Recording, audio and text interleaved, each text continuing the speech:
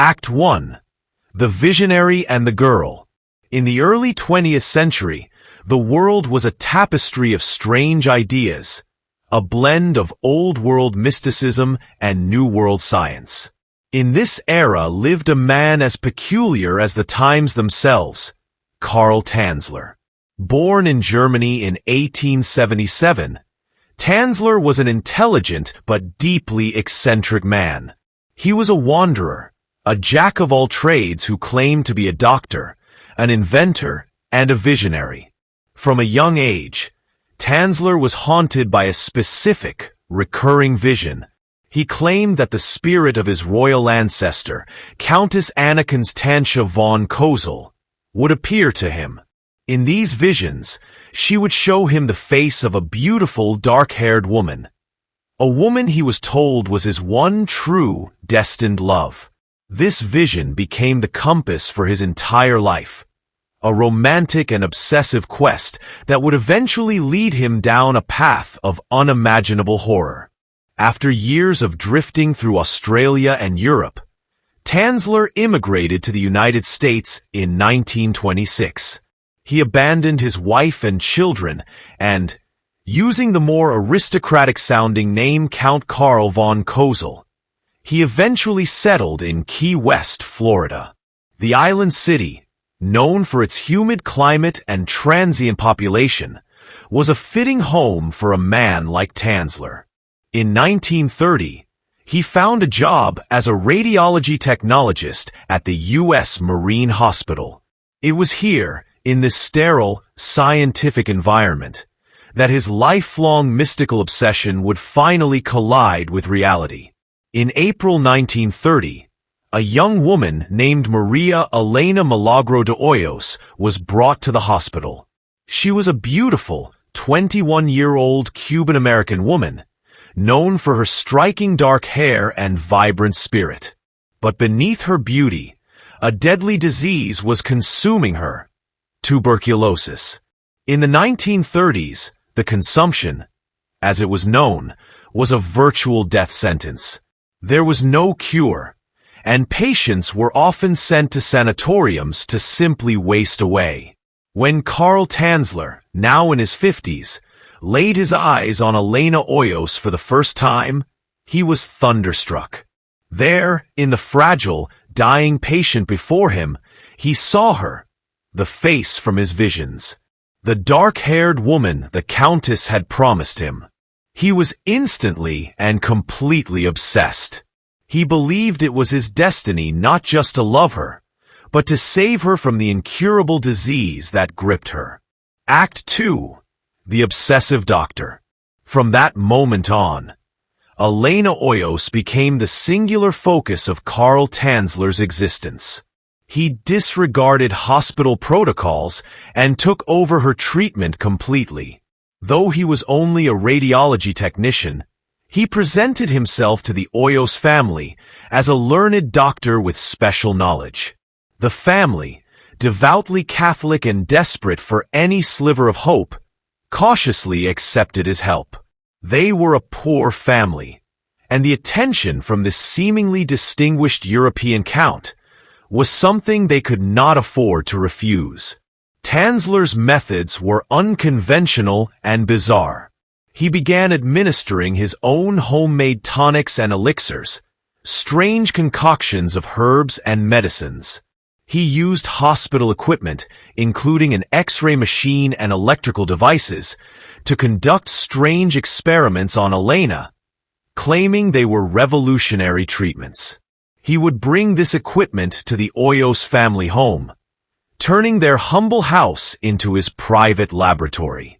He showered Elena with gifts, declared his undying love for her, and told her stories of his noble ancestry. For Elena and her family, the situation was deeply uncomfortable. Elena did not return his affections.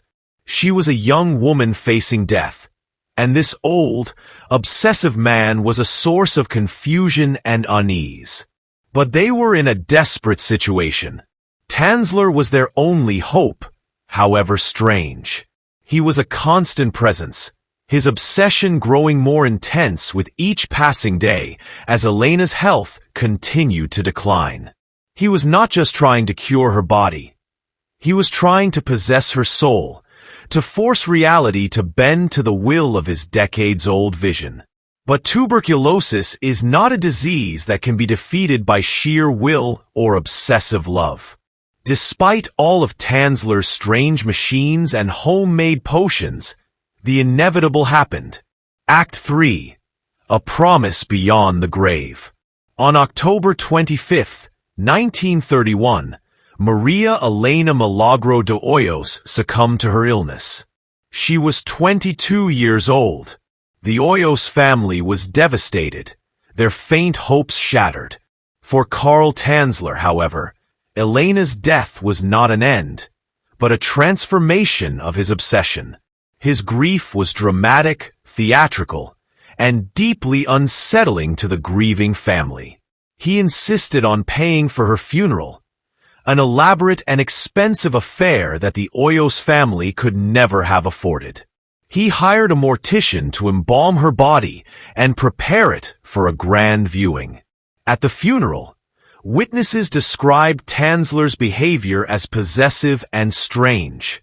But his most extravagant gesture was yet to come. He received permission from the Hoyos family to build a mausoleum for Elena in the Key West Cemetery. It was a grand, above-ground tomb built of stone, far more opulent than any other grave in the cemetery. He told the family it was a tribute to her beauty and his love.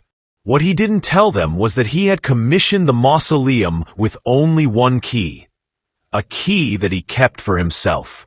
With Elena interred in her stone tomb, a new, macabre chapter of Tanzler's obsession began. Nearly every single night for 2 years, he would visit her grave. He would unlock the heavy door of the mausoleum and spend hours inside, alone with her coffin. He later claimed that Elena's spirit would visit him in the tomb, that she would sing to him and beg him to take her away from the cold, damp stone. He believed her body was calling out to him, that their destiny was not meant to end with death. His twisted logic began to form a new, horrific plan.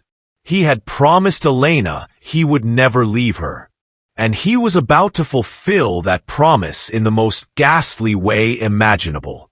Act 4. The Unholy Resurrection. In the quiet of a humid April night in 1933, nearly 2 years after Elena's death, Carl Tanzler put his monstrous plan into action. He went to the Key West Cemetery, not with flowers, but with a makeshift toy wagon.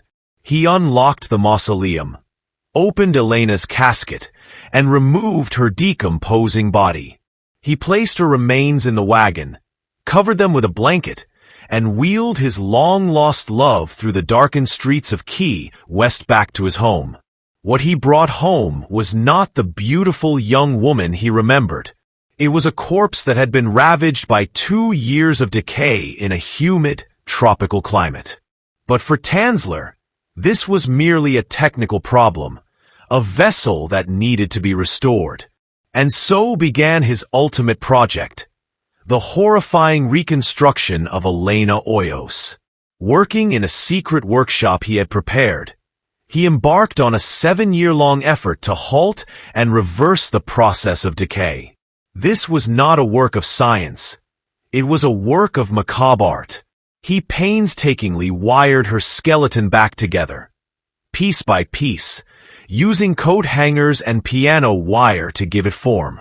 Her skin, which was falling away, was replaced with silk cloth that he had soaked in wax and plaster of Paris, creating a hard, doll-like shell. He stuffed her abdominal and chest cavities with rags to help the body keep its shape. Most disturbingly, he fitted her skull with glass eyes, creating a constant, lifeless stare. He fashioned a wig for her scalp using real hair that had been saved by Elena's mother. To combat the horrific odor of decay, he used enormous amounts of disinfectants, preservatives, and perfumes. He filled her reconstructed body with floral scents to mask the smell of death. Over the course of 7 years, he constantly worked on the body, a grotesque sculpture of his obsession. He had not brought Elena back to life, but he had created a horrifying effigy, a life-sized mummy doll that he could see, touch, and care for. His vision was finally complete. His destined love was home. Act 5. 7 years with a ghost. For the next 7 years, Carl Tanzler lived with his creation. To the outside world, he was just a reclusive, eccentric old man. But inside his home, he had constructed a bizarre domestic fantasy. He treated the corpse of Elena as if she were his living bride. He laid the body in his own bed, sleeping next to it every night. He bought it clothes, jewelry, and gloves. He would speak to it, read to it, and play its favorite music on the organ. He was, in his mind, a devoted husband caring for his invalid wife. But maintaining such a dark secret is nearly impossible. Rumors began to circulate throughout the small island community of Key West. Neighbors thought it was strange that the old Count was constantly buying women's clothing and perfume, yet always seemed to be alone. Children in the neighborhood would whisper stories of seeing Tanzler through his window, dancing with what looked like a giant, life-size doll. The local shopkeepers noted his strange purchases of wax, plaster, and chemicals. The story of the eccentric doctor and his strange obsession with the long-dead Elena Hoyos was a well-known piece of local gossip. But no one could have guessed the horrifying reality. The secret began to unravel thanks to the persistent suspicions of Elena's sister, Florinda. She had heard the rumors for years. She knew of Tanzler's obsession and had always been disturbed by it. The fact that he had suddenly stopped his nightly visits to Elena's tomb years earlier had also struck her as odd. For years, she had tried to put her fears to rest, but the whispers and her own unease finally became too much to bear. In the autumn of 1940, 7 years after Tanzler had stolen the body, Florinda decided to confront him. Act 6. The Discovery and the Spectacle. In October 1940, Florinda went to Carl Tanzler's home. When she questioned him about the rumors, Tanzler, in a moment of delusional pride, showed her his creation. He proudly displayed the body of Elena, presenting it as his wife. Florinda was not met with a loving bride, but a horrifying, waxy doll-like figure. She recoiled in horror and immediately went to the authorities. The police arrived at Tanzler's home and were completely unprepared for what they found.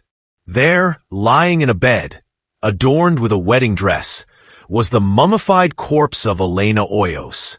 The house was filled with the cloying scent of perfume and preservatives. The scene was so grotesque, so beyond anything they had ever encountered, that it left them speechless. Carl Tanzler was immediately arrested for grave robbing and desecrating a corpse. The news of the discovery exploded, first in Key West and then across the nation. The story of the Key West vampire and his corpse bride became a media sensation. But the public's reaction was surprisingly and bizarrely mixed. While many were horrified, a significant portion of the public, particularly women, saw Tanzler's actions as the result of a tragic, romantic, albeit misguided love. They saw him not as a monster, but as a heartbroken romantic. The authorities, unsure of what to do with the body, made a shocking decision. They put Elena's remains on display at a local funeral home. An estimated 6,000 to 7,000 people, more than the entire population of Key West at the time, lined up for hours to view the horrifying spectacle. The girl who had died in tragic obscurity had become a famous freak show in death. Tanzler's trial was a circus.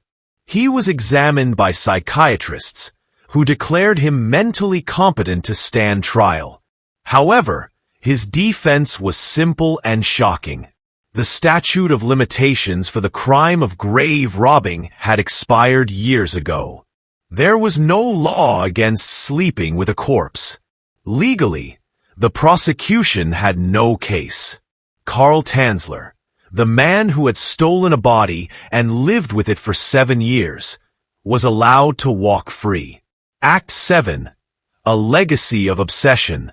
After the trial, the remains of Elena Hoyos were finally taken from the public eye and buried in a secret, unmarked grave in the Key West Cemetery, to ensure she would finally be allowed to rest in peace.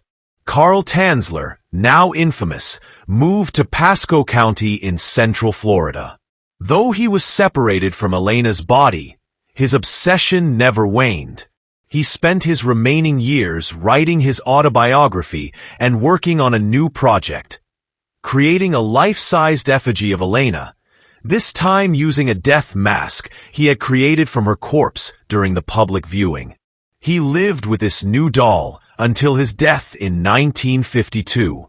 He was found in his home, dead for 3 weeks, reportedly in the arms of the effigy. The story of Carl Tanzler remains one of the most disturbing and bizarre cases in the annals of true crime. It forces us to ask profound questions. Was he a romantic eccentric or a dangerous necrophile? Was this a story of undying love, or a story of profound mental illness and a violation of the dead? The line between devotion and delusion, between love and possession, is often blurry. But in the case of Carl Tanzler, that line was not just blurred, it was completely erased, leaving behind a legacy of obsession so powerful, it reached beyond the grave.